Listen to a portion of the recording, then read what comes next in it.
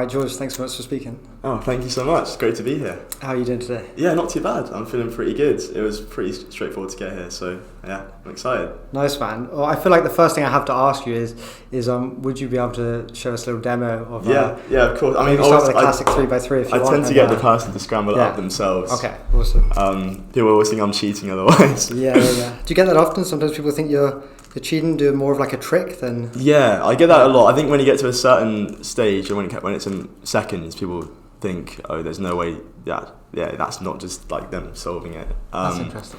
But yeah, okay, I'll do a little solve. Fair play. Okay, there Let's you go. see.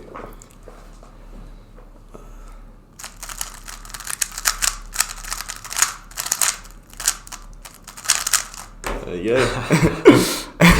That was incredible. Wow. Thank you.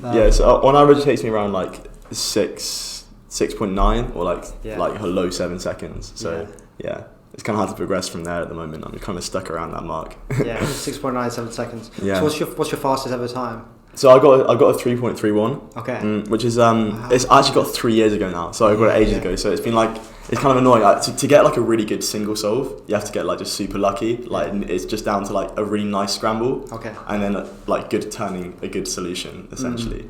But yeah, so I'm hoping to break the 3.3 at some point. So it's 3.31. That's what you got. Last time. Yeah. So what's the world record? How close are you to? So that is actually like below the current world record, but it needs to be done in competition for it to be like an official world record. So I've got to bring that luck to a competition, and obviously nerves are a factor as well. So actually right now my best time in competition is only a 5.7, which isn't great. Obviously COVID as well, I mean, I was compete, so yeah, hopefully I'll be able to bring that down as well soon. That's cool. So it's another couple seconds when you're in a competition. Yeah. Why is it? Is it just nervousness of competing? Like, how come it adds a couple of seconds? I think because it's such a dexterous event. Like your turning speed is so massively important. It's imperative to get a good time, right? So like, because like when I'm turning, sometimes I'll reach around like 25 turns per second, and like if I can't reach that, I'm just wasting time essentially. So yeah, like if your hands are shaking in a competition, if you're a bit anxious, then you'll just get a slower time essentially. But yeah, and also like just the pressure can make you just a bit slower. But yeah, I'm working on that. I've always kind of had a bit of trouble with nerves in competition. It's an ongoing thing for me. Some people do better. So Chris Mills, for example, he's pretty close to me in the UK ranks. He does better in competition sometimes, which is kind of nice. But yeah, he's just a bit less nervous. He just doesn't care, I guess. Which is obviously a better mindset. But it's always meant so much to me that I sort of like tend to get a bit nervous sometimes. But yeah. Fair play. Okay, awesome. So yeah, for those people watching who don't know who you are, in terms of your ability to solve the Rubik's Cube, and your ranking and your records and the competitions you've done and that kind of stuff. Can you just paint a bit of a picture of? Of course. I guess I'll kind of go from the start. So like I started like 6 years ago, coming up like 7 years now. So I've been doing it for a long time. And yeah, I picked it up. I used to be into like close-up magic and stuff like that, which is really cool. And then I just sort of picked it up, and I just like was instantly intrigued. I was like, oh, I'm going to learn how to solve it. And obviously I feel like in our generation it's so easy. You just go on YouTube and you just sort of learn. So yeah, I picked up and I just learned. It took me about 4 days.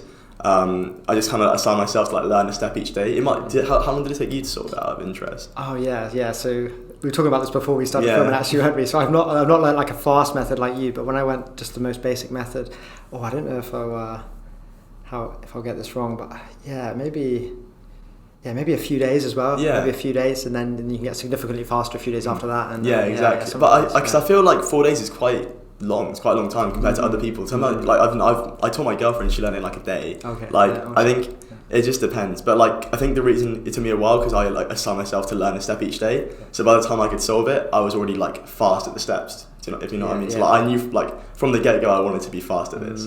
So after like about a year and a half, I managed to get top 10 in the world, and I was UK champion and national record holder for this one. And then a couple of years later, or actually a few years later after that, I became UK champion for the main one, the 3x3. That's sort of the main one. So like if you win this, you're the UK champion. Sort of overall, they call you the UK champion. But there are obviously other events that you compete in. But like this is like the main one, like 3x3. You know. Yeah. Wow. Okay. So a year and a half after you you saying first ever picked up the Cube, you then became UK champion in that particular one there. Yeah, so UK champion, national record holder, and top 10 in the world. So it was like it was a pretty fast progress. But like I was like 13, 14. So like I had the time, you know. Yeah. That's very quick though, right? Doing it in it was seen as very quick because I was also less than 9 seconds on this, which was also quite fast progress. Yeah. People did notice. Yeah, it was seen as quite fast progress at the time. But nowadays, because it's been picked up again, like it's had this massive resurgence, especially with like lockdown. I feel like that progress isn't as fast anymore, but at the time that was pretty solid. It was pretty fast. Yeah, that's very fast. And show us that one there? What is that specific? Yeah, so this is called a Skewb. It turns diagonally, so it's like super weird. And I was mentioning this earlier. My mum used to really annoy her because I'd like leave it around in the house and she had to go to pick it up to grab it, and then like she'd accidentally just not be able to pick it up because it kind of turns diagonally. But yeah, so I mean you can try and mix it up if you want. The time that got me top 10 in the world after about a year and a half of cubing was a 1.73 solve, which was like 1.72 seconds. Wow, that's very fast. Yeah, it was pretty solid at the time. Nowadays, that's like nothing. This event has progressed a lot, but there you go. So on average now, it takes me around like I've kind of regressed because I kind of given up on this event, but like 2.6, 2.7 so on average. So yeah. Wow. But yeah, so like at that time, that 1.7 was a big time for me. That was a big like this is my thing now. I'm going to continue to do this. Yeah. Okay. So that year and a half, can you kind of run me through how you became so good in that year and a half? How many hours were you practicing? How were you learning? You know, what was that year and a half actually like? Like, how did you do this so quickly? I mean, it feels like quite a long time ago now. I don't know if I'll be able to remember everything. Yeah. But YouTube was my life, I remember. So nowadays there are way more like resources out there on like learning algorithms and stuff, because that's how you get faster, right? You learn algorithms. But like there weren't as many resources, but I found all the resources. I was making sure to find every single video on getting faster that there possibly could be, and then just obviously practice. I don't know how many solves I was doing a day, because I don't know how it works out, but I know that I was doing it for like 6 hours a day at like some points, and that's obviously how you get faster. You just put in the practice, you put in the solves. The way I kind of like to describe, I think quite a good analogy for getting faster is an algorithm, as I'm sure because you learned. An algorithm is just a set of moves, a short set of moves that will mix it up and put it back, having switched a few pieces. So like this is called a T permutation. Like that, and it swaps these two edges and these two corners. It doesn't affect the rest of the cube. So you learn these algorithms. So you learn that. And I know just to solve it, you need to know around like 5. I assume you learn about 5 to learn. And I know upwards of around like over 1,000 now. So what the way you get faster is you learn these algorithms. And I think a good way to describe them is like a really short piano piece. Like it's just muscle memory, right? It's just like. And then you learn like a notation to be able to read the algorithm to execute it. So like, I'm learning an algorithm and it's in my muscle memory, but then I need to like recognize when to use it. So like I know all these short songs on piano, and then I need to recognize this exact pattern on the keyboard when to use them. And that's sort of how you get faster, because then you obviously, the more solves you do, the easier it will be to integrate these algorithms into your solves. And that's how you get faster, essentially. Wow, fair play. So you think about 1,000 algorithms. Is that just for one of the cubes, or is this for all of the cubes? I think that's you can probably across them all. I know a few. That's a lot. That's more than normal. So like people that are maybe faster than me will know less. But I'm quite anomalous in the fact that I actually quite enjoy learning algorithms. I enjoy the concept of sort of like learning this new muscle memory, this like new thing that I can just use in a solve. I think it's really fun. That's interesting. Yeah. So you think you know a few more though than people who can actually do it faster? Are they learning less but more complicated algorithms then, and you're just learning like a wider set that can... I'm learning like really complicated ones that might not even be necessary. Essentially, I just know loads because I enjoy learning them. These guys, they're being able to recognize them faster than I can. So like if I like recognize this, you notice you've got like this T shape on top, and like pretty much if someone knew less algorithms than me, they were faster, I guess they'd recognize this TK as faster than I could and execute it. But yeah, that's pretty much how it works, I guess. The main concept is look ahead, is what they call it. So like it's sort of planning out your next moves as you're doing your current ones, which means you won't pause. So pauses are kind of what make my solves slower. So yeah, I pause quite a lot. Is my problem.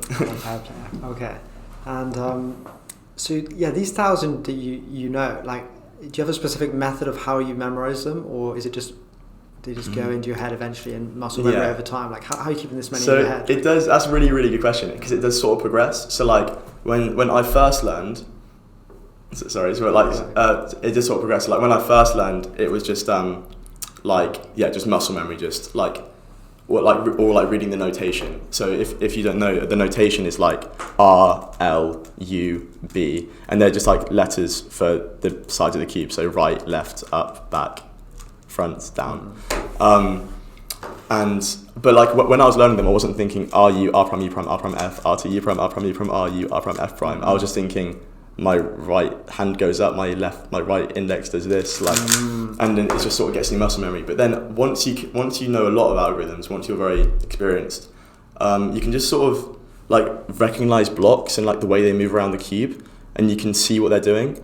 It's kind of hard to describe this to someone that can't cube themselves, but you recognize these blocks and the way they're moving around the cube and like what's happening to them, and you sort of recognize these triggers as well. You'll find a lot of RUR primes in a lot of algorithms, so you know that you can just execute this for those three moves as if they're a wrong move, so it's easier to remember. And yeah, you just sort of, that's the way you kind of get fast. You recognize these blocks and these patterns, and then it makes it way quicker to learn an algorithm, because you're like, oh, I just do this, and then the rest of it is self-explanatory to me. So yeah. Okay. You know when you're competing, I've noticed that you have this kind of inspection period of like 15 seconds, is it? Yeah, 15 seconds. So talk me through what happens during that 15 seconds. Do you look at it and then memorize what you're about to do and go for it, or do you half memorize it and as you're doing it work out the rest of it as you go? Like what's actually happening in that time period, and then what happens when you actually solve it? What's actually going on? Yeah, so I think an important thing to note is like when you scramble a cube, chances are that scramble has never been seen by anyone ever. It's got 43 quintillion, 43 followed by 19 zeros combination. So like pretty much I'll have a different solution every time. I think that's quite a common misconception. People think I'm just applying the same thing to a scramble every time, which I'm not. That's why I find it fun to just do 100 solves because I'm doing something different every time. It's interesting. But yeah, so the inspection period, I'll be planning out just the first step. Sometimes I can sort of see a couple of stages into the second step, but yeah, normally just the first step, which is the cross. The cross is the first step of the cube. So if I were to mix this up, I'll build the cross. So the cross I'll do on green this time. So I'm going to go 1, 2, 3, 4, 5. I messed it up, but there we go. So that's the cross, and that kind of forms the foundations of the cube. And then in inspection, I'll see the cross plus the first sort of block, or second. But you notice how I've made this block in between these pieces on this cross. That kind of, if I do that 3 more times, I will have made the first 2 layers. So rather than doing layer by layer like a beginner, I do the first 2 layers in one go. I do it in one step. So I'll do like that, and then I'll do the whole of the first 2 layers in one go. And then the last step, I tend to do it, and actually I can probably do it in one step a lot of the time, but normally it's 2 steps. They call it OLL and PLL, orientation of the last layer and permutation of the last layer. So the orientation makes the whole top face the same color, then the permutation just switches a few pieces around that are remaining. So yeah, and like if you want to be at a decent speed, you should be able to execute that OLL and PLL, each of them individually in less than a second, which is like, obviously it means you need to have really good turning speed. But yeah, and obviously what my last layer, so that last part, those last 2 steps, that's definitely my best step on the cube. That's my fastest one, because I can turn quite fast, and I'm quite good at recognizing, I'm quite good at seeing into the next step. So I can do the 2 steps kind of in one step, because I just don't pause in between. So yeah.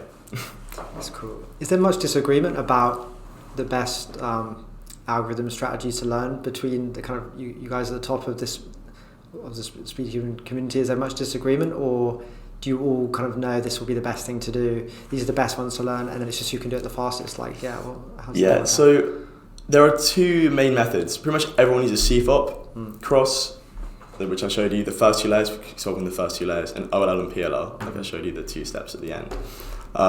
That's pretty much what everyone uses.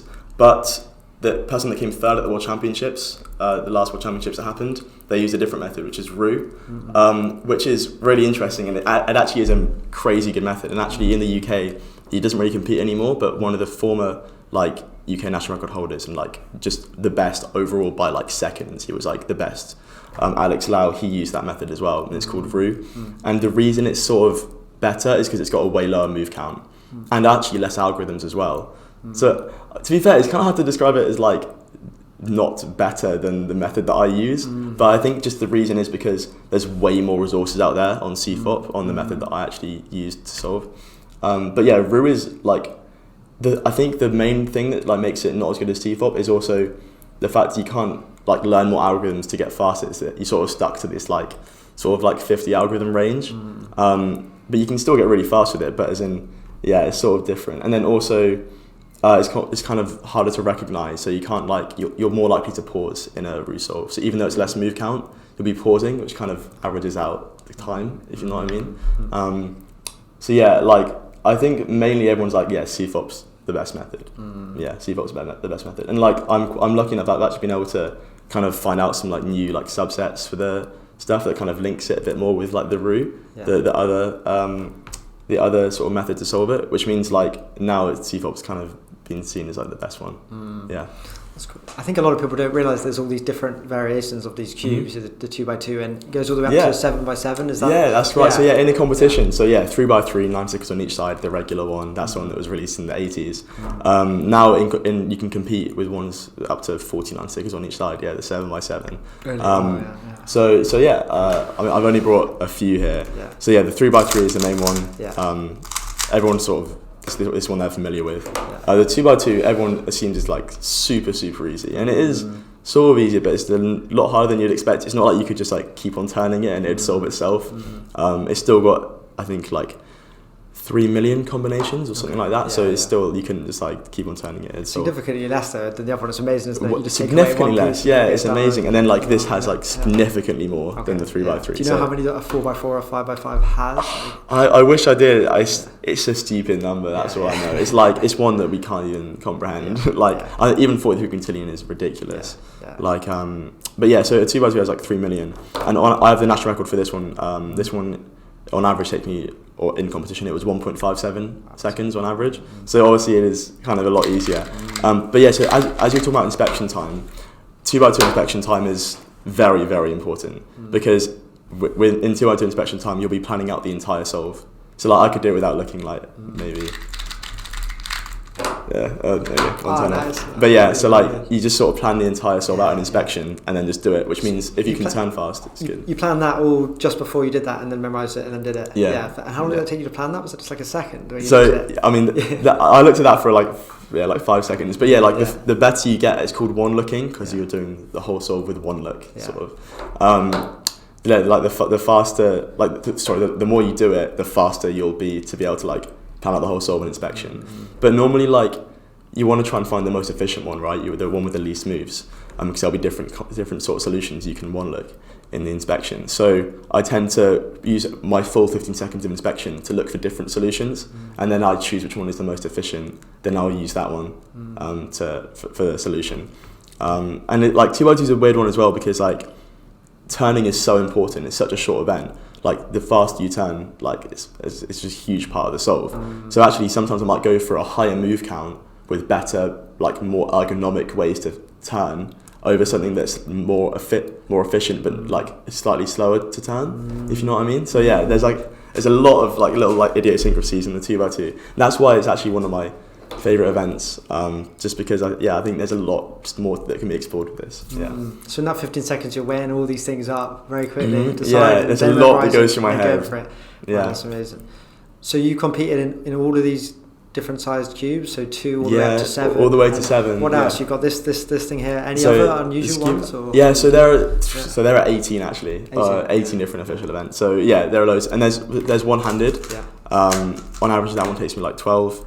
There's blindfolded, which I'm terrible at.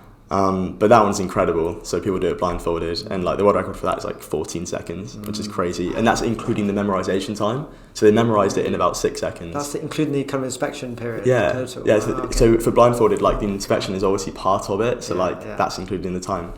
Yeah. So yeah, that's Tommy Cherry who holds that world record, and it's ridiculous. But for that, it's completely different method, because obviously you can't just memorize. I only memorize the cross when I'm doing a regular sighted solve. So to do it blindfolded, you have to like assign a sticker to each letter on the cube, and like memorize in cycles using a buffer.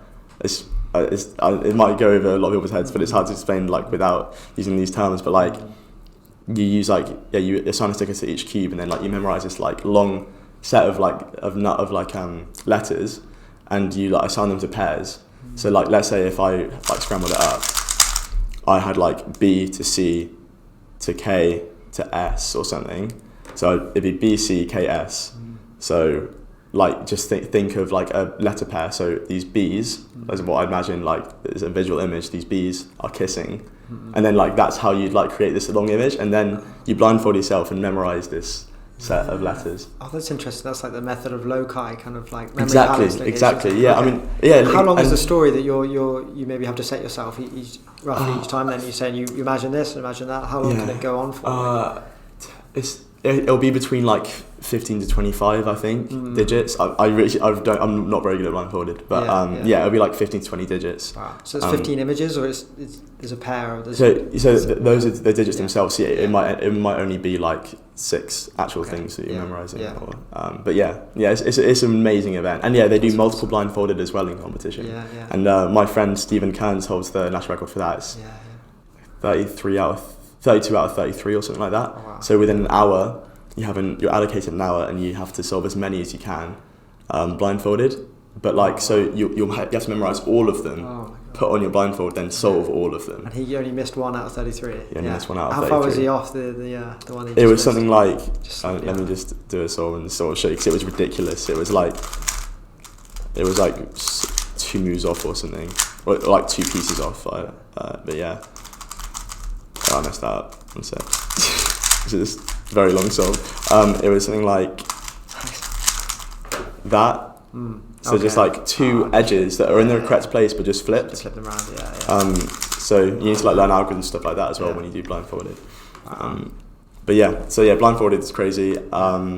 They used to do it with their feet. That's been disqualified as an event. I'm so glad about that. Okay, why is that disqualified? I just lack of popularity, and I think it gave it a bad name. I think it made it more of like this nerdy, weird sport in the press. And I, as someone that's like quite involved in the press with the Rubiks, I don't like that. So I'm glad they sort of removed that as a WCA event. But so they have like that, and there's a square one as well as another event, and that's really hard to explain without having one. But it's like, it looks stupid. It's just like it's got loads and loads of different pieces, and it like moves. You can only do 180 degree moves like on one side, and then you can do like small moves on that side. But that one's like really hard. There's also Megaminx, which is 12-sided, a dodecahedron. We've got some really fast people in the UK at that, and I feel like I'm missing out a couple of others, and 4x4 and 5x5 blindfolded as well. They do those, but a lot of events. Well, that's cool. This 3x3. So you say you can do that one-handed in about 8 seconds. It's 12 seconds. 12 seconds. Yeah, Would it be okay to mix that up and see no worries. see how we get this one? Yeah. So one-handed is like, it's not that like hard to get like fast at, because obviously it's just the exact same stuff you're doing on 3x3. Yeah. And if you're quite efficient, then you haven't given me a very hard scramble. You want to do it more? Yeah, do it more. It's got a lot of blocks. Okay. That's funny. The reason I kind of stopped after a few is because of those like we say, there's so many permutations. I thought after a few it becomes so mixed up, but maybe not. You have to go a bit I can further. Still see a lot of blocks there. It's interesting. Is that blocked like a spot? Yeah. Okay. Yeah. Alright. And it's a common misconception that like people are like, I want to get it like no pieces of touching on the same side. Yeah. Like, you can't really do that. Hopefully that's a bit better. Yeah, that's you've given me a really like hard scramble now, which is that's good though.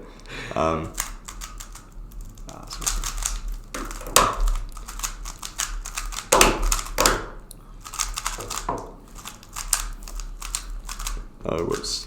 But yeah, you're allowed to use it. You're allowed to use the table, so I often use that as like an excuse to like sort of use it if you're. I think it sort of helps me a lot. The best in the world, Max Park, he uses the table a lot, which is really interesting. But yeah. So one-handed is also quite a fun event. That's very cool. I was going to ask about this 5x5. So I a few years ago I bought my dad, after he learned the 3x3, a 4x4 one, which I think he was pleased about, and also a bit upset because he knew he had many hours ahead learning that. Yeah. but yeah, like I was asking him the other day actually how much more difficult he found it. He said at the start he thought it was going to be 10,000 times harder, but then realised there was only a few extra algorithms you need to solve it. How much harder do you find each of these cubes as they jump up another extra square on each side to learn the difficulty? I think that the 7x7 is unnecessary, personally, because I think it's just the exact same as a 5x5, just with you don't need to know any more algorithms. You just use the exact same initiative as you would on a 5x5 just on a 7x7. So that's why I'm not a huge fan of it. I feel like it's just not needed, and it takes up a lot of time at competitions, like, because it's obviously a huge event. But yeah, so like I think it's actually kind of easy, because you're just most of the time on these big cubes you're just reducing it to a 3x3. So you're like, notice how like all these so if I like mix it up like this, notice how this is actually just a 3x3 technically. So like these are the centerpieces that like are on the same on each side. Like you've got these centerpieces, like you just use those. So you, like what you do is you like when it's actually properly scrambled up, you reduce it to a 3x3 and then solve it. The only thing you can have trouble with is parity. So like imagine like these two, because they're the exact same piece. If I put this one here and this one here, that actually causes a problem for the rest of the cube, and you might have something like this, which is like a flipped edge, but a single flipped edge. So if I were to solve it now, it's going to look like so close to solved, but not quite. So hopefully this will take a bit less time than the last one. I need to make it like solved without. There we go. So like literally the whole thing is solved apart from just these two, which like looks crazy. It looks like so close to solved, and that's because like you have these centerpieces that like look the exact same, and you can't avoid this. Like you get it like half the time. So yeah, you might. That's the only trouble with like the big cubes. You might have this, but the actual method of learning and like in terms of like a step up from a 3x3, really not bad, not bad at all. What about sorting that out from there then? That's a bit of an issue to sort it out. It's not as easy. I think my dad said this as well. He said that he's learned these algorithms for the 4x4, and most of the time it works, but every now and then it may just fall into a circumstance where it's screwed and he has to start again. Yeah, so like unless he learns more algorithms. Exactly. So you just have to learn the long algorithm, and it is long. It's like it's that long to fix that edge, and then you have the rest of the cube to solve as well afterwards, like a 3x3. But that's obviously just a 3x3 solve, so it's not too bad. But yeah, so it's troublesome. Yeah, you have to just like learn this long algorithm to solve it, and the same thing is on square one, the really confusing one, which I didn't know how to explain. You have parity on that one as well. But yeah, so those are sort of most of the events that I can think of. But yeah, I like that there are a lot of events. I think it means like if you're kind of getting bored of one, you can sort of branch out and like find out something new. I think it's quite fun. Awesome. Okay, cool. So let's go back to earlier on. So you said after a year and a half, that's when you got the record in that cube there. So how old were you then, and what's been the story since with your cubing since that year and a half? Okay. After you started? Yeah. So I started in like 2015, and then it was late 2015, and then it was early 2017 when I like, that was like the year and a half when I got good at this and I got those achievements. From then on, I just went to more competitions. I went to more competitions, and I got, actually straight after this like big achievement, I got sponsored, which is really nice.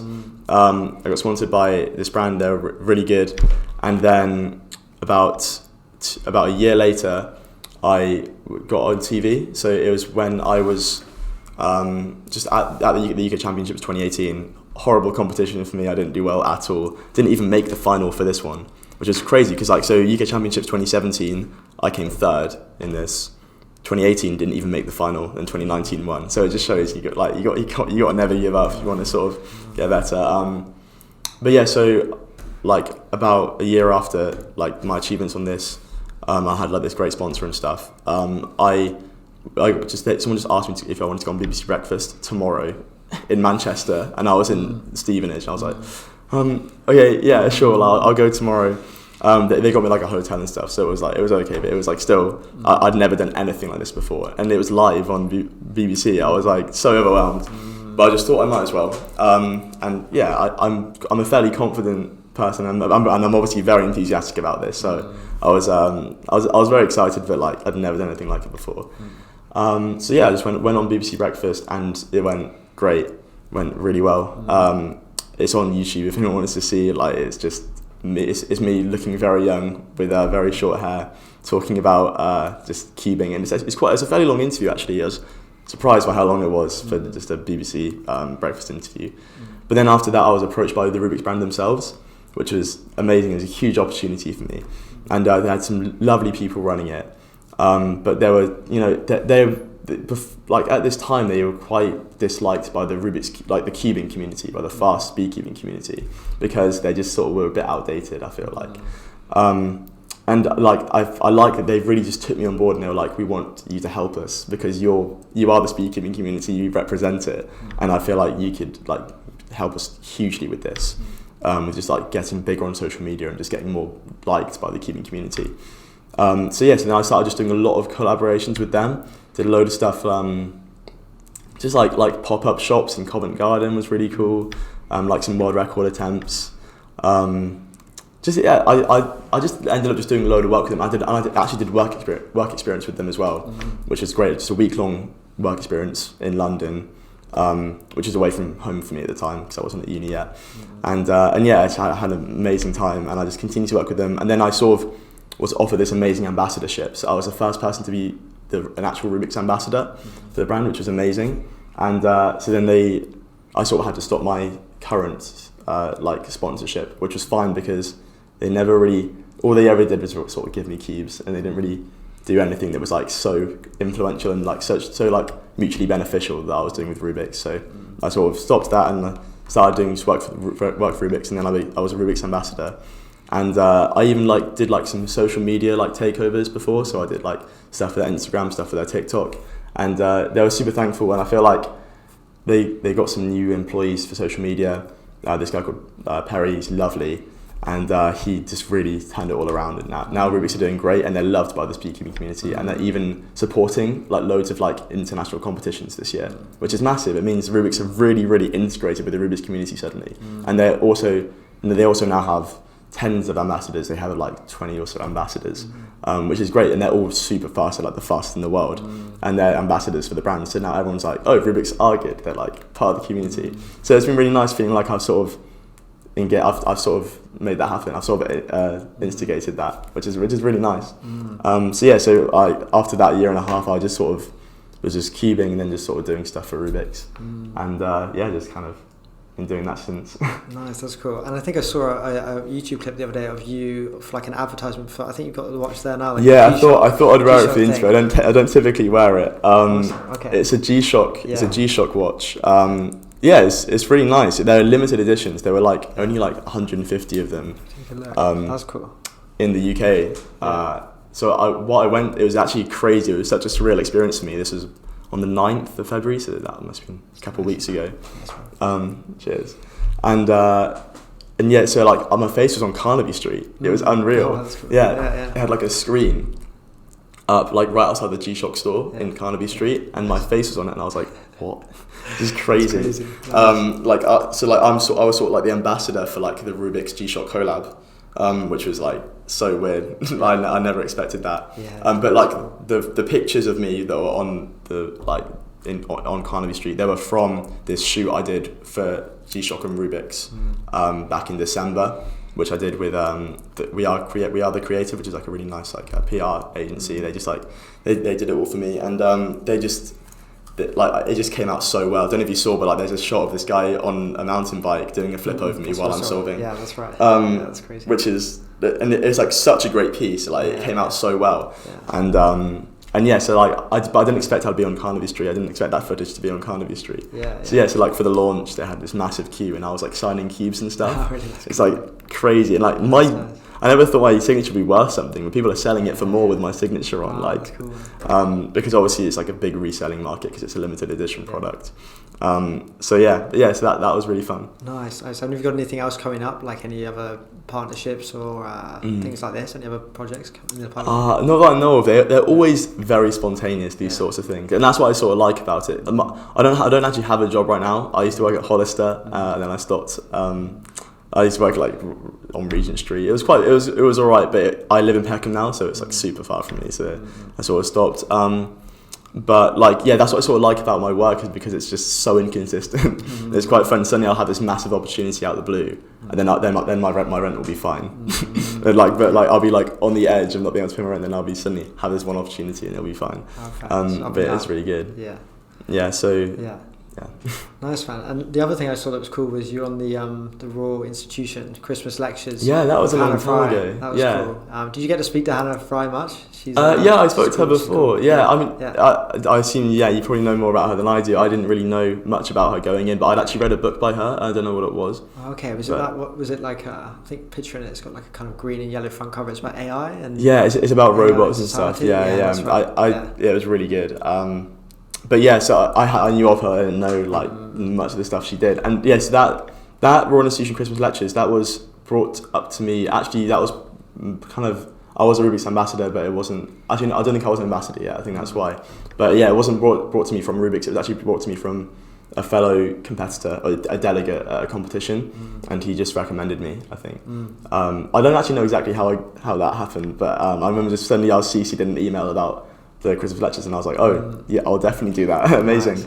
Nice. And there was that robot there that solved it in like 0.4 seconds. I mean, that's just crazy. So that's made out of Lego. That's what I don't get. Oh, it's made out of Lego. Yeah, it's made out of Lego. So these people are just making these amazing, the software is probably the most impressive part, right? But I guess both of it's just massively impressive. The part where they can make this thing turn at 30 times per second or whatever, and also being able to work out a solution that's 20 moves. So it does it in a seriously small amount of moves as well. You work it out perfectly. Yeah, it's nothing like a CFOP solution. It's just turns. I cannot understand. It's sort of so.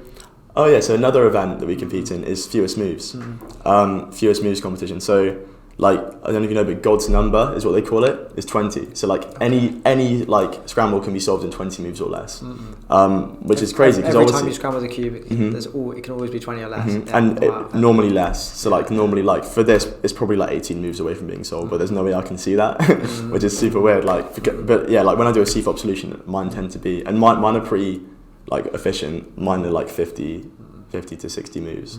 But for fewest moves, people are doing it in low 20s. So people are almost at God's number. So my best in competition is 25, which isn't too bad. That's a pretty solid time. Not time, move count. So this robot, I guess, was doing the same sort of methods as these amazing fewest moves people. And actually, Harry Savage, he held the world record for a bit recently. He got a 17-move solution, which is insane. That's crazy. But then he got taken recently. But that's insane. So UK competitors held the world record for it, which is really cool. Oh, that's amazing. So this machine, you think that it's just got in the bank, I guess, so many more algorithms? 1,000, right? But do you reckon it's learned significantly more, so it can get closer and closer to God's number? To be honest, it's absolutely beyond me. I wish I knew, and I wish I could explain it, because it's absolutely insane. And the person that's obviously created it, is the brains behind it. He's insane for being able to create this software that can scan a cube and then know how to solve it in 20 moves. It's ridiculous. The method they use tends to be domino reduction, is what it's called, which is I don't even know how I can replicate it on a cube. But they sort of, let me see, they'll sort of reduce it to being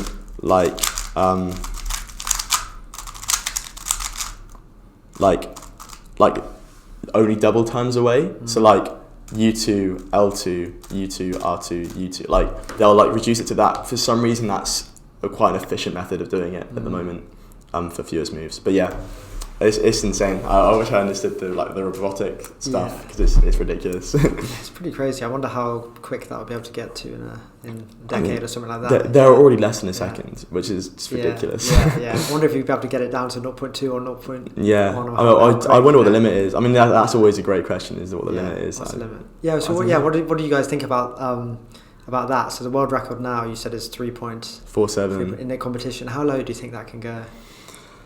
You think you can go under 3 seconds? Is that like always the question? Is it something like, can someone be under 3 seconds? Yeah, I mean, I should have there are times where I've been very close and I've messed up to getting it under 3 second time. They're the unofficial world record because it wasn't in a competition. It's like a 2.62 or something like that. Yeah. And now multiple people, because obviously over lockdown I had this resurgence. Now there are loads and loads of young kids that are just crazy fast. Yeah. And now there are quite a few instances of sub 3s. Yeah. And actually the first sub 3 was actually about 3 years ago now or something like that. So yeah, it's been that way for a while. So maybe sub 2, is that pushing it a bit too far? I do not see that happening for a while. I mean, what you'd need, you got to think about it like this. You'd need a less than God's number solution. Or you need a God's number solution at over 10 times per second. Yeah.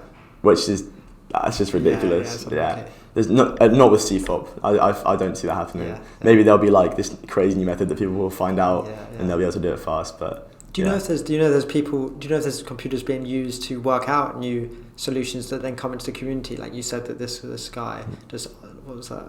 It's called R or something. It's a different Ru, right? Yeah. So are people ever programmers or anything trying to work out any new solutions that then come into the community? How did that Ru thing appear, or is that just someone figuring it out? It's just a method. Yeah, it's just the main two methods, I guess. Yeah. So just CFOP and Ru. I feel like there won't be. Actually, Meta was recently created, which is very efficient. But only one guy's sort of utilizing it right now, and no one's getting crazy fast times on it yet. Yeah. But I can definitely see that becoming a method. So yeah, you're right. There are people, but they're not actually using computers to find this out. They're just sort of. I think the best way is just intuition. You just sort of scramble a cube and you're oh, this kind of could work. This method could make sense. Yeah. But then obviously to generate algorithms, you can use a computer. I use computers to generate algorithms. It's called Cube Explorer. Just download it on your laptop. It's free. It's quite easy to get, and then you can there are two ways to do it. You can either put in a set of moves and it will do it to the cube, then it'll show a solution, or you can paint. So you can set show what I could go show what the cube looks like. I could paint this one blue on a solved cube on the thing, and then it would show me the best solution, the fastest solution. But it will give you loads of them, so it's really nice. So you can find out which one's the most ergonomic for you and stuff like that. Yeah. Mm-hmm. And you like you say, you learning them for fun. All these extra ones. Do you think you know the most maybe out of all of these? That's something you're specifically interested in, right? It's maximize the number of. Yeah. I mean, more algorithms than the lot. I don't think in the world. Yeah. Maybe in the UK, I know a lot, but it's also because it's across a lot of different events. Because I've spent a lot of time 2x2 movies, a lot of algorithms as well. Yeah. To get to less than 2 seconds, you need a lot of algorithms. But yeah, I'd say I'm definitely up there in the UK for sure. And then in the world, I don't know, there are quite a lot of people that have learnt a lot. The obvious sort of next step in terms of knowing a huge amount of algorithms is just to learn just the whole of the last layer in one go. So you saw the first two layers, and imagine you just do, no matter what, the whole of the last layer in one go. That'd be insane, right? You just do one algorithm. But that's 1,500 algorithms in itself. So I'd need to learn loads on top of what I already know. So yeah, I don't know if that's happening anytime soon, but there are people that are sort of close-ish. It's pretty crazy. But yeah, the problem with that also is recognition. You need to recognize this one case out of the 1,500, or 1,500 that there possibly could be. That's insane. Very quickly before you go, that's difficult. If you don't practice some of these algorithms, do you forget them? How often will you have to recycle these and do these before you forget some of the 1,000 that you know? I forget them sometimes. Yeah, and then sometimes muscle memory is insane. I mean, I'm sure you've seen videos of people with dementia sort of playing the piano. Muscle memory is its own function. It's incredible. Yeah. So sometimes without knowing, I'll remember an algorithm. Then sometimes I'll pay attention and I won't be able to do it. So I guess you need to sort of stay in practice to remember them. But I don't think I'll ever like forget how to solve a cube. Like if I didn't do it for 20 years, I don't think I'd be like, oh no, what even is this? Yeah. I just don't know how to solve. I just wouldn't be. I'm interested because I've always been sort of a bit in practice. So I don't really know. But there are a lot of people in the UK that have like not done it for years and come back. So I'd be interested to know what their take on that is. But for me, I've never really had too much of a problem with it. Yeah. That's cool. So I was gonna ask. You said that.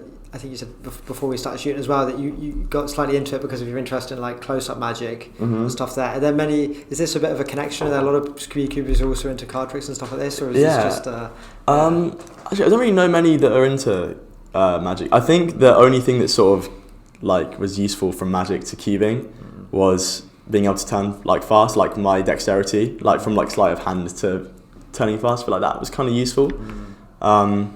But that's it. Yeah, I don't know. I don't know many like magicians that like have turned to Rubik's cubes. Most magicians who do like the Rubik's cube stuff, like they don't even know how to solve one most of the time. They'll just like do Rubik's cube sort of magic. One of those trick ones where you chuck it up and catch it. Yeah, exactly. Yeah, it's like you can make them so they're like scrambled on every side apart from or like solved on every side apart from one, so then you can like make it look like it's so it looks like it. And catch it in the place where it's there are a few ways. But that's what I was initially like gonna do, and then I just got one and I was just way too intrigued to not learn how to solve it. So yeah. Fair play. Okay, so what is it that makes you so good at this? Like how are you so good? I don't know. I mean, the practice, the algorithms that I know. I think a lot of it is my turning. My turning has been deemed like very like fast. So like I was talking about how like the last step of solving the cube is just to like sort of permute the rest of the pieces. I've held like the world record for like executing all 21 of these cases in 19 seconds. So it means like every single one had an average of less than a second for every single one. And I just did it all in a row. So like I did like. Just imagine like I'm doing all of them in a row, and then I did all of that in like 19 seconds. So it was like solving, like just like being able to execute, like stay at a very high TPS for a long period of time. But now someone's got some like 18 or something, so I guess I'm out of the game. But I brought it down from 23 to 19 to mid 19. So like during that time in like 2017 to 2021, I guess I was like the main guy for that. But now there are these kids that come out of lockdown who are crazy fast, and I guess I'm 19 and my hands might start getting worse eventually. So I guess I'm out of the game for that now. But my turning speed is one of the things that makes me, I guess, the best, because I can like just execute it super fast. But the problem with that actually leads to a problem with why I'm not as fast as I should be, is because I turn so fast that I struggle to see the next step. I struggle to like look into the next step. So like, because if I was to turn slower, then I could perhaps sort of see what was going on for the next step, so I could go straight into it and not have to pause. But instead, like imagine I'm solving these two like pairs, these two blocks. I'd go like that, but maybe it'd be faster to go like, do you know what I mean? Just do a bit slower, but more consistent turning. So I guess that's quite an interesting argument. Have you tried to change that then to a slower approach, or you just kind of feel like you can't resist just? I mean, I think that because I haven't actually been doing it for that long. There are people that have been doing it for like 10 years, and I think like eventually I'm just gonna be able to. I'm gonna be able to do all of it just like continuously and at high speed. So that's what I'm just sort of waiting for. And there are some a really cool practice technique which I never really did, which I think is actually really cool. Is you use a metronome. You put a metronome on in the background, and for every click you do a turn. So then you can speed it up. So it means like you'll get slowly faster at turning, but it has to be consistent. Because obviously if you've got a metronome playing, you have to be always turning. Like you can't stop for a sec. You can't pause. So that's actually a really cool practice technique, but I never really used that. Maybe I should have. maybe I'd be faster now if I did. But yeah. Okay, so it's practice and your speed. What else? Like how else are you so good? Algorithms that I know. So you have good memory with the time in.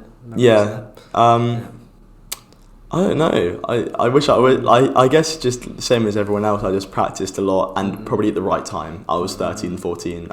That's kind of the sweet spot. I feel like for getting faster. Yeah. Your brain is just a sponge. You're just like, I want to learn all of this. I want to get faster. So yeah. I mean, I feel like just the time, because like Timon Kolosinski, who's current world record average holder, which is 5.09, which is crazy fast. Like for an average to solve this, that's insane. How many cubes is that over? Like 10 cubes or something? How many cubes do you do to pull the average out? Oh, right, sorry, yeah. So it's an average of 5. Okay, so you take out the worst solve and the best solve, and you formulate a mean of the 3 that are left. Okay, yeah. So I think they do the same in like swimming it's quite like a normal way of sort of calculating an average. Yeah. It's made me very good at, like, if I just see 3 numbers, I can make a mean of those 3 numbers quite well, just because I'm so used to doing it in my head, like when I see an average. That's funny. But yeah, so Timon Kolosinski, he is homeschooled and he just does hours and hours of practice a day. And he somehow, I've never really had the diligence just not stop ever. But I guess he doesn't, so he can just continue solving and he'll end up doing like 12 hours a day.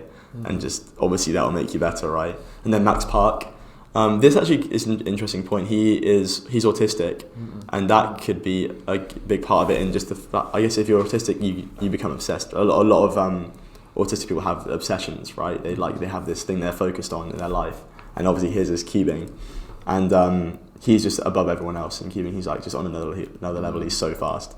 I'm not sure if you've seen, there's a Netflix documentary about him. Actually. Is that the Speed Cubers? Yeah. So he's in it. Yeah. So that's insane. But yeah, so I feel like that could play a part in the fact he can just solve and not get bored. Because I do, and obviously like since I've got older, I have other things to be doing than solving Rubik's cubes. You don't often see me in my room just solving cubes nowadays. I'll be doing other things. But yeah. And how many hours are you practicing a day now? Like you say, a lot less than when you were kind of 13, 14. Yeah. So at the start, like I said, about 6 hours. Now. Yeah, probably like on average a day, probably like 20 minutes. But I tend to do big sessions. So like yesterday, I actually managed to get in like an hour and a half of practice. But I probably won't do any solves for like 4 days now. So it'll sort of like even out. I feel like. But yeah, no, I do get a fair amount of practice in. It's pretty solid. But yeah, I wish I had more time like I used to. But I feel like I'm sort of on my way out, unfortunately now. Like I'm gonna get a couple more national records, maybe a world record. I'm going to continue to be an ambassador because I love that. I'm definitely going to continue working for the Rubik's brand. But I don't know, in terms of like my like best time, I feel like I'm sort of out of that now. Because I used to be able to get like a guaranteed national record every competition, which is like insane. I just like loved it. But now like I've sort of brought them up so high, I can't achieve them anymore. I can't get faster. So yeah, but I mean it's okay. I've had a great run. Yeah. Okay, but you think you maybe be able to get a few national records and maybe another world record maybe in something? I'd love to get a world record. Yeah. Is there any specific, what's the thing you're going for to try to get that in? Like, Skewb is probably a possibility. That one, I used to be very, very high on the list of people that would like get a world record. Like, you're definitely going to get it. But then I sort of quit because I was like, it's a lot of pressure, and also I just tended not to do well in competition, and it was just too much for me. I was like, I can't, which is probably quite a bad like mindset. But it's okay because I sort of like I have a better time at competitions now because I just sort of socialise with my friends and don't have to have this constantly in my mind that like I need to compete in this event soon. It's less stress. So yeah. But I'd like to get a world record in that. Yeah, that's something I noticed about that documentary actually, compared to other kind of competitive things. It seemed that this Cuban community is very social. Everyone's very supportive in competitions and stuff. Everyone's like lovely. If someone gets a record, everyone cheers for them. Exactly. Everyone's. I feel like as well because it's a very individual thing. If I get a national record, I'm not celebrating because it's the best in the nation. I'm celebrating because it's the best for me. It's my best that I've got in competition. I think that's there's something very unique about the Rubik's Cube community. I love it. Yeah, and I've made such a huge amount of friends from it, and like close friends, because obviously you see them every month, no matter what. They'll be from the other side of the UK, but you're still going to meet every month for when you have a competition. So like, obviously with COVID, I didn't see them for like 3 years, but I've been able to see them again in January. And it was lovely. Like you meet some really great people with it. But yeah. Yeah, what are some of there are many similarities between everyone in the community, like any kind of personality types or anything that connects people, or is it quite diverse? Like what people like? I think for starters, I'm quite anomalous in the fact that I'm doing English at university. Everyone else is very mathsy for sure, and I know it is a stereotype that people are like, oh, you can solve Rubik's Cube, you're good at maths. It is kind of true. I think it's kind of true in a sense. That or like computer science or something mathematical, something codey. I think like they are quite similar. But yeah, so like the fact that I do English is quite different. Everyone's very clever. Like everyone's quite clever. I feel quite dumb like around like my friends that do this. They're very smart. They go into like Cambridge or Oxford and stuff. But obviously that's not everyone. There's a huge range of people. Like people that haven't done their GCSEs, they'll be like top in the UK. But I feel like there's, in terms of trends, I'm not, because I definitely, I don't want to say that like only smart people can do this, because it's definitely not true. Anyone can learn. It's just like muscle memory. But yeah, but I feel like all of us have this diligence for sure. We're like, if we want to do something, we'll do it like over and over and over until we're good at it. I feel like that's quite interesting. Either that or people were just bored and just wanted to get good at something. But like mostly it's people that just like want to just get better at something, and they'll stop at nothing for it. Yeah. Relentless.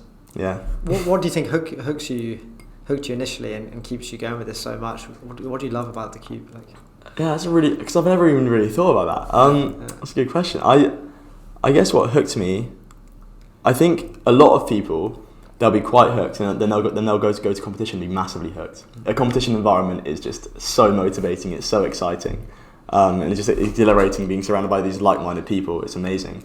In terms of what made me hooked, just like the act, I love the feeling of progressing at something. I do skateboarding as well, and I feel like, when you like almost getting that trick, you're almost there. Like you can see it forming, you can see like, and then the feeling of landing, it's like completely worth all the falls that it took to get to that place. Like when you finally land that trick, it's like, wow, like the euphoria you feel, it's all worth it. It's insane. Like the most euphoria I've ever felt was becoming UK champion.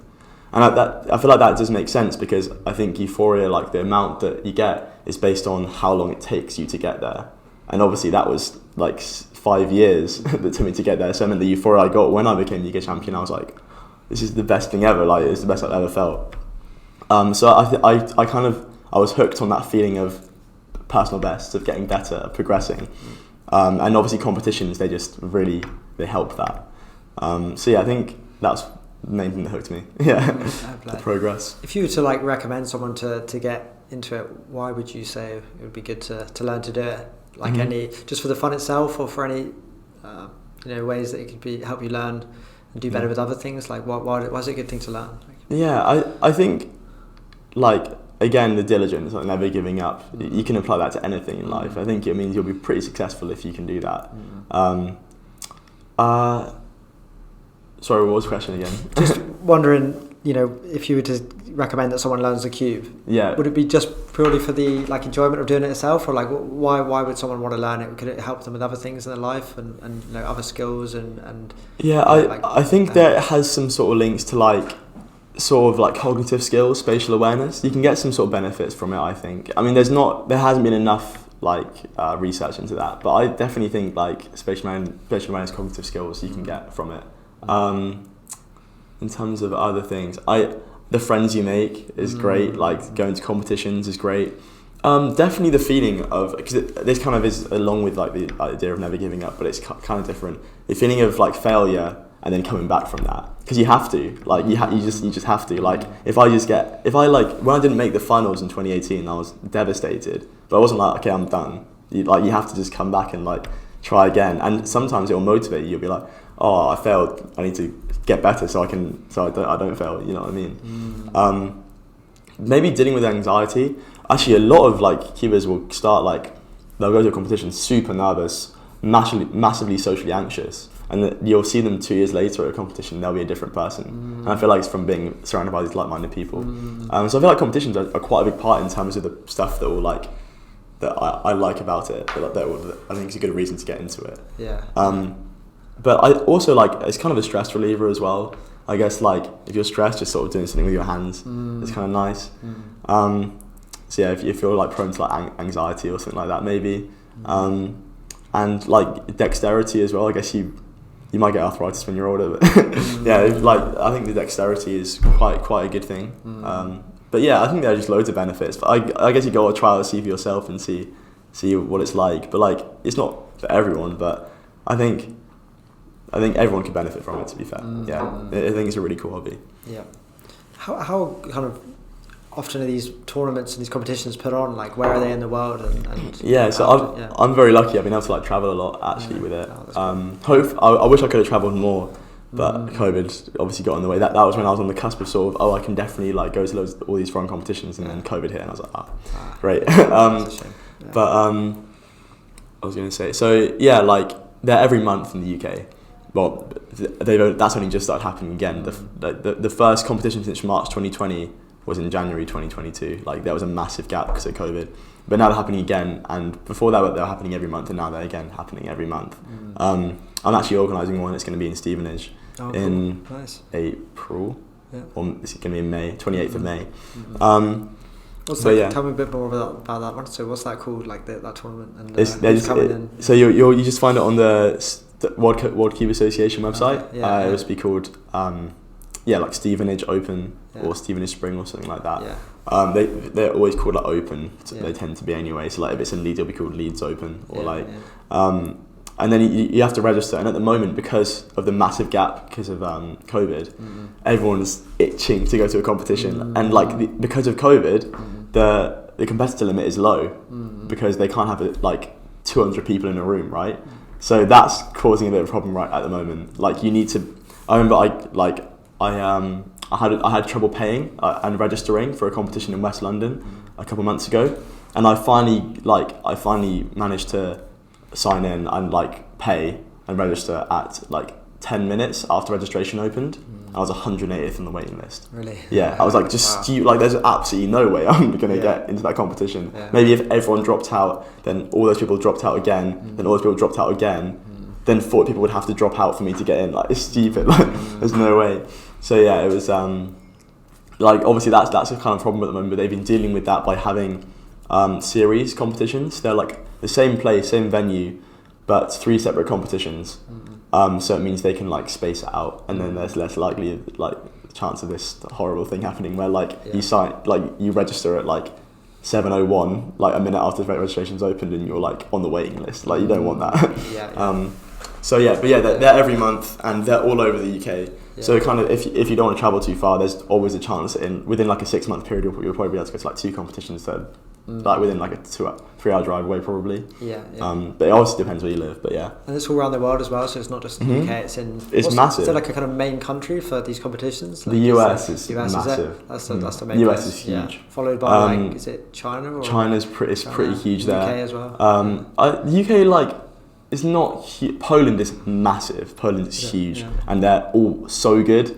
They're all just like crazy good as well, which like kind of is just amazing. But yeah, so like they're happening. Some in Poland they're happening like every week, like sometimes like it's crazy. Not every month. It's like very very consistent. I mean, sometimes in the UK you'll get one every 2 weeks, so like the odd month. But like that's unlikely. Normally it's like every month. But yeah, like also like Scandinavia, it's pretty big as well. So like. In Denmark, I've been to a competition in Denmark, and that was super fun. That's cool. Been to one in Spain as well. Spain was amazing. That was for the European Championships. That was in Madrid. So yeah, they also like as well as doing these like just like competitions in their own countries every month. They do like big competitions like the UK Championships or the European Championships or the World Championships. Like the continental ones, and they're like always massive, and people will like travel all over the world to kind of go to them. There's like the North American Championships this year as well, I'm pretty sure. And the World Championships is in like it's in Korea, I think. So that'll be crazy, and I'll have to go. So that'll be fun. I get to travel with it. That's cool. But yeah. Which country produces the best the best people then? Is it Poland or USA or China? I wish I knew the exact stats. From, I think it's probably the US, but that might just be because so many compete there. I think right now it's the US. Yeah, the US has so many. So you got Max Park. But Timon Kolosinski, who's like also really good, he's in Poland. And then also like the god of cubing, like this guy is like the beast, like the guy that was the best in the world, has over like 130 world records, like crazy good. Felix Zendegs, he's a legend. He's from Australia, but Australia, like there aren't many, like, well now there are, but like back when he was like on top, like 10 seconds ahead of everyone, like the best in the world. He was like, there weren't like that many like really good people up with him. There like a couple like Jaden McNeil and stuff like that, but it was mainly just him. So like you have cases like that where like you've got like this one amazing guy and the rest of the country isn't like actually that up with them. But like in Poland, like everyone's really good. In the US, it's huge as well. So it's got like so many people to compete. It's like also everyone's pretty good. So yeah. Fair play. What's the atmosphere like in one of these competitions? Like the kind of. Yeah, that's a good question. I mean, like, so for example, when you're competing in blindfolded, everyone needs to be silent. So that's a very different one. So like everyone's just sort of like waiting, and there's like some whispering, and so always clicking. Like that's the main thing. Always just like you can just hear that constantly. Everyone's there'll never be a point when no one's turning a cube when you're in that room. So like normally they're going to be in like a big like meeting room in a hotel or something. This is pretty much a big space where you can have as many people as possible.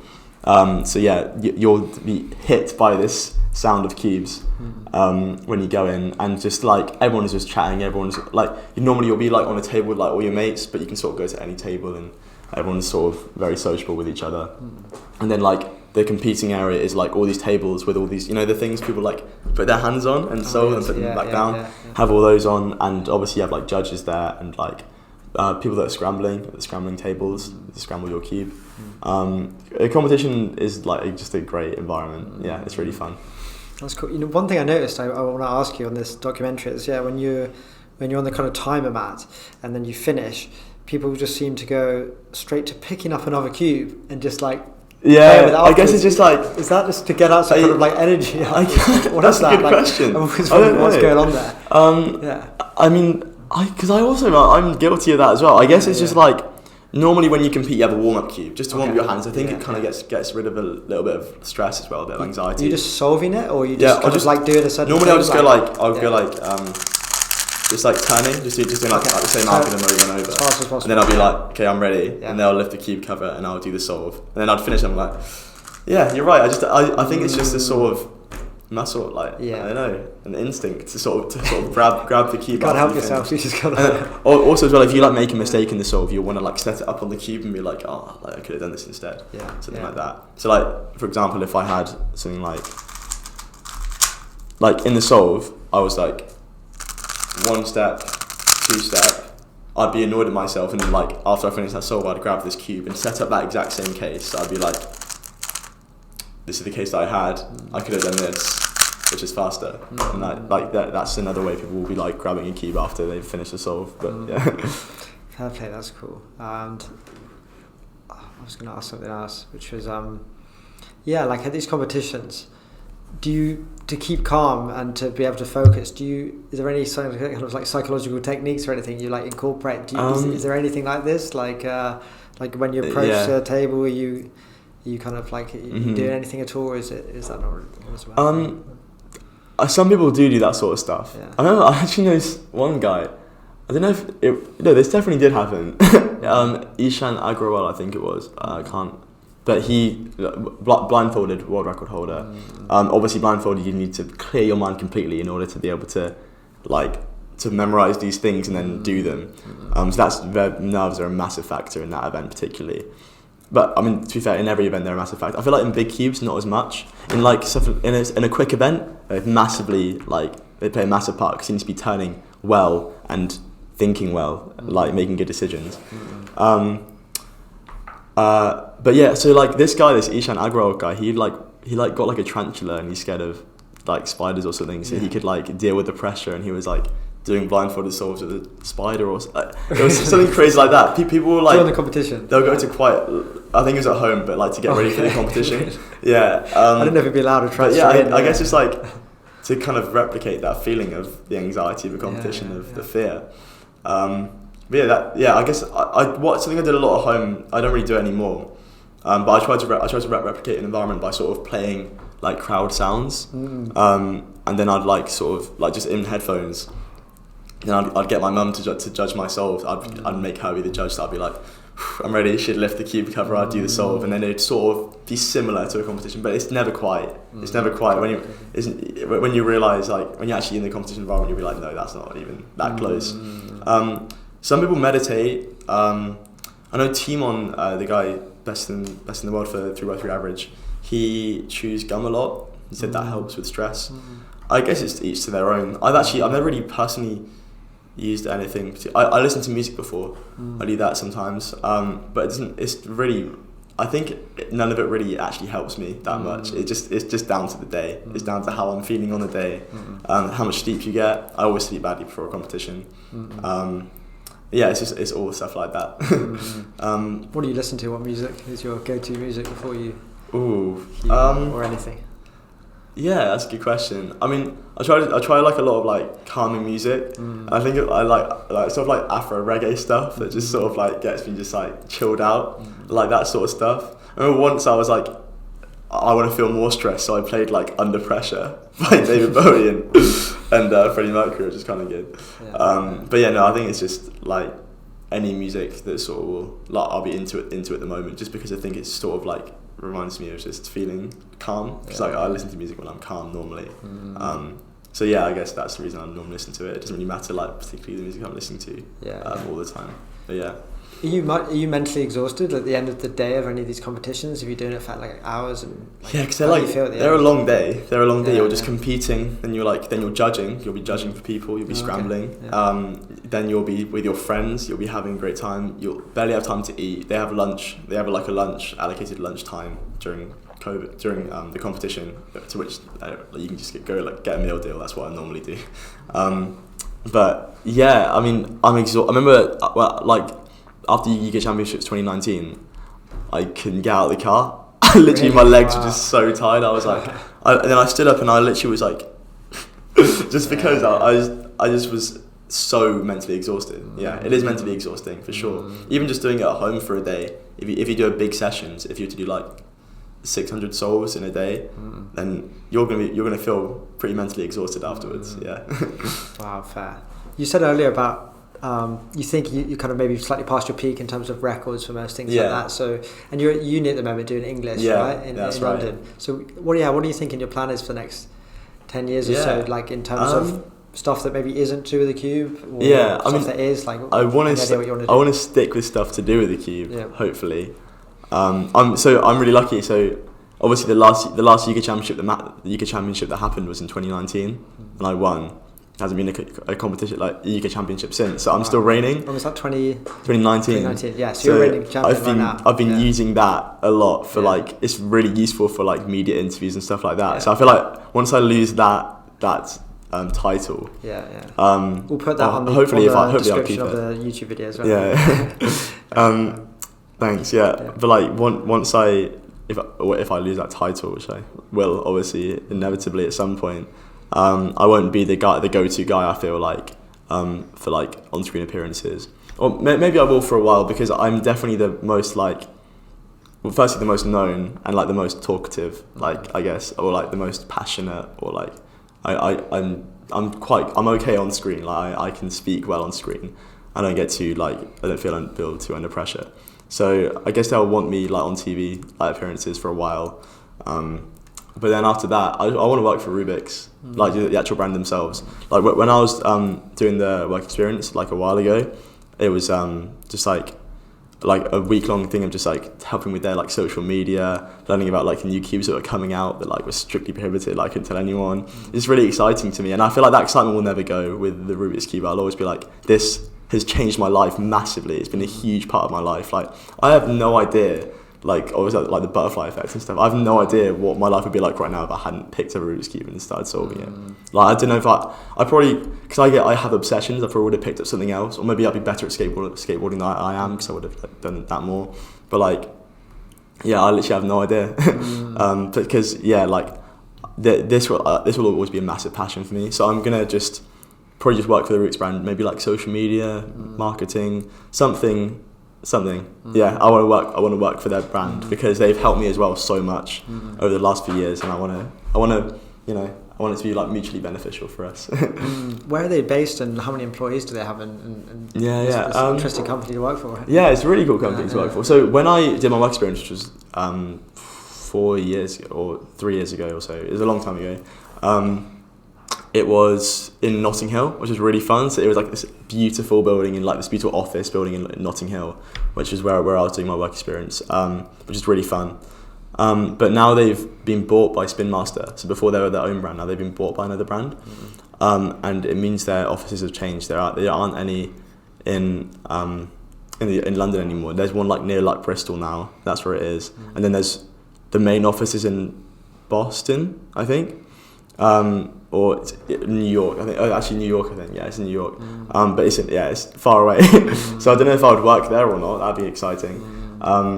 But yeah, like the employees, they've got a few more Cubers on board, which is great. They've got a few more Cubers working for them, which I think is so good for the brand. I think they need that, which is really nice. But like that's been changed. That's changed while I was even like being an ambassador for them. They've like had more Cubing employees now, which is really cool. So yeah, I guess they've got quite a lot of. I don't actually know too much about the employees and stuff, to be honest, because the environment's probably changed so much since they've been bought by Spin Master. But when I was in the office in Notting Hill, it was only like 10 people in the office. It was like just a load of people. It was like upstairs and downstairs, and there's like a main room which is where like we filmed content, and then just like everyone was lovely. Everyone was just sort of like doing finance or doing marketing or just doing their own thing. But yeah, it was a really nice environment to be in as well, especially in Notting Hill. Like it's beautiful. Yeah. And how's your degree going? So you're doing English. What made you choose that, and what are you interested in? I think I chose it to get a degree under my belt, essentially, just for that reason. I don't think I'm going to use it particularly that much, but I think it's quite a vague, quite a broad, ambiguous degree, so I can just sort of apply that to anything. I did it because it was my best subject at A-level. That's mainly the reason I chose it. It's one I enjoyed the most at A-level. I didn't really actually enjoy A-levels too much, and obviously mine was a COVID year, so I got predictions. But I'm enjoying it at uni a lot as well. Last year I was on campus, but there was nothing face-to-face, which was really weird. That was a really weird year for me. Like, I feel like, that's never going to happen again. Well, hopefully, touch wood. But like I was at the uni, I was on campus, but I didn't see a single teacher. I didn't see a single student, student that was in my course or whatever, from my course. It was just so weird. It was such a weird environment. Now it's obviously a lot better. We have our lectures are still not face-to-face, but our seminars are. So I go in 3 times a week still. It's really minimal workload, surprisingly. I guess for English that you read a lot, so I guess that's where the workload comes from, I guess. But yeah, still it's really I'm enjoying my degree. It's really not bad. It means I can do a lot of stuff like this. I can get a lot of opportunities, and it doesn't affect my degree too much, which is really nice. Yeah. Nice one, that's cool. We'll probably have to wrap this up soonish. Would it be okay ask you a couple more things, but maybe to see another one of the other ones? But maybe which one have you not shown me? Maybe the 2x2, I think. Yeah. So I mix that one up. You can mix up all of them if you want. I could do a little speed run. Okay, but the 5x5 takes about a minute, which is quite long. Maybe we'll look at the 2 we haven't done. So do the 2x2 and then maybe the 5x5 as well. Okay, yeah. No I mix that one up before, or do you just want to go for that one now, and then we'll mix that one up? I messed that one up. Wait. That was actually so easy as well. Do you want to do it again? Let's go again. I should have done it more over the table anyway. It's okay. Yeah, you can do the 5x5 too. Alright, nice. Alright, here you go. Thank you. Oh, yeah, no, I messed up. But what do you think happened there? I missed one look to it. Exactly, yeah. Yeah, so I didn't plan out didn't plan it out correctly in inspection. And the one before, I didn't turn it correctly, even though like I knew what to do. Still very fast. It happens. Still about 2 seconds. Yeah. It is cool. I'm going to take a second to scramble this because like, I don't want to leave. So it's these blocks, is it? If you leave a lot of these blocks together, that it makes it easier, yeah. But like, I want it to be like a proper scramble, if you know what I mean. Yeah. Tell me when you think it looks. I mean, it's already looking pretty scrambled. I think on bigger cubes, 5x5 it's a bit easier. All right. So I'll maybe go through a little bit because I know I was talking about how you reduce it. Yeah. I'll do a bit of like commentary while I'm doing it. So, the first stage, I build these centers. So that's just essentially this. I just built this. So then I'll do it on blue as well.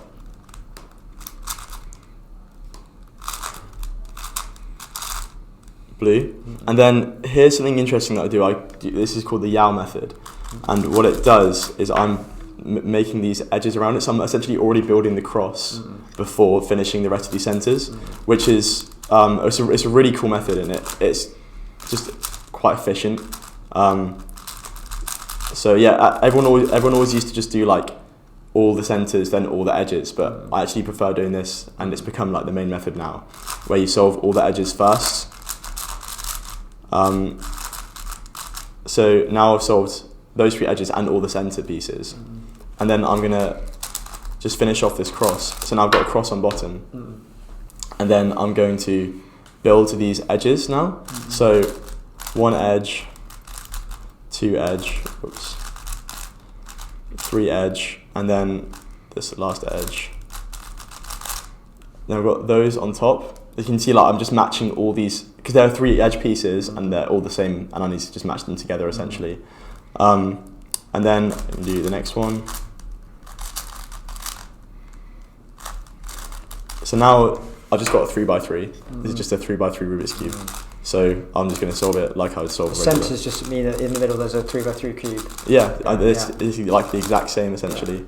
So I'll just do regular solve and it's done. Nice. Yeah. And without the instructions, that's amazing. Without the instructions, that would take about a minute, hopefully, you think? Yeah, a minute on average. So on average, I'm like 101. Yeah. Or like, so like I'm very inconsistent. So I'll get like a 105, then a 55, and it's like kind of averages out. Yeah. So yeah. What advice would you give someone if they want to get into any of these cubes? Like, what tips would you give about getting as fast as possible, as quick as possible? I think the world is your oyster, because like just everything is so accessible. There are so many resources nowadays, like because it's become so big, especially over lockdown. Just go on YouTube and just like look up everything about it, because there's like just so much that you can learn, and just practice. Like you need to apply this stuff that you're learning, right? You can go on YouTube as much as you want, but you're not going to get faster from looking at this stuff. You need to apply it as well. So just practice, and yeah, I think that's kind of the main advice. Yeah, and like if it's not for you, then I guess go to a competition first, because then you might realise it is for you, because you meet some cool people. Yeah. But yeah, I think it's a really cool hobby to get into. I don't see any reason why someone wouldn't want to sort of do this, even as like a really small like part-time hobby. Yeah. It's really fun. Yeah. Cool. And you're hosting a competition in April, you said, in Stevenage. Is that through the Rubik's Cube brand, or is this just you're an independent thing? So I'm a co-organizer. So like I'm not a delegate. The delegates are like the highest people, and they organize the entire competitions mainly. So they'll like formulate like the schedule and everything. Because not most competitions, apart from like the world champion, or the championships, they won't have all 18 events, because it's hard to fit all of those in. So normally they'll just like pick a few. So like it'd be common to have 2x2, 3x3, 4x4, 5x5 Skewb, and then let's say square one on clock, and that'd be a competition. Normally you'll have about half of the events at a competition, just because there are so many and it's hard to kind of fit all those in a weekend. So that's going to be organised by the UK Cube Association, is the one in Stevenage. There's also one in Weston-super-Mare, which is in March, I believe. Yeah, like 19th of March or something like that. So yeah, I'll be going to that one too. Nice. I just got in. Yeah. Like I registered at actually I got someone else to register for me, because I was going on TV. Yeah. They finished registering at like 7 and like 58 seconds, and I was like just got in. It's crazy how fast these competitions like fill up. Yeah. But yeah, no, it's cool. It's good. And then I've also got one as well, actually, in Farnworth, which is going to be annoying to get to. It's in Manchester, but yeah, I'll be going to that as well. Yeah. So yeah, I've actually got a few stacked up. Saying it out loud, I've realised I've actually got a few competitions coming up, which is nice. Yeah. If people want to follow you and look at your content and track what you're up to, where's best to follow you? Yeah, on so YouTube or I think I post the most on Instagram. I'm always quite active on Instagram, but it's not a lot of cubing stuff. Actually, it is. Like on my stories, I post a lot of cubing stuff. I don't post cubing stuff that often.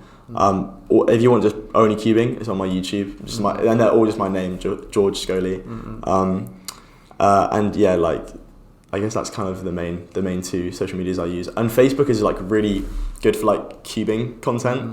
Like all like the main like Rubik's Cube groups, like with like a huge amount of like people in. Yeah, all on Facebook. So I guess you can add me as a friend on that. But yeah, that's kind of it. Those are my main social media platforms that I use. I don't do any cubing on TikTok, only skateboarding. So yeah. Awesome. Well, thanks so much for speaking, man. It'd be maybe great to chat again at another point, because I feel like it's so complicated. It's quite hard to describe. There's always more to talk about. Yeah, definitely. Yeah, but thanks, man. It's really great to speak to you. And you're amazingly talented. It's pretty incredible. Thank you so much. People will love seeing all this. So thanks a lot, man. Cheers. Thank you so much. All right. Thanks.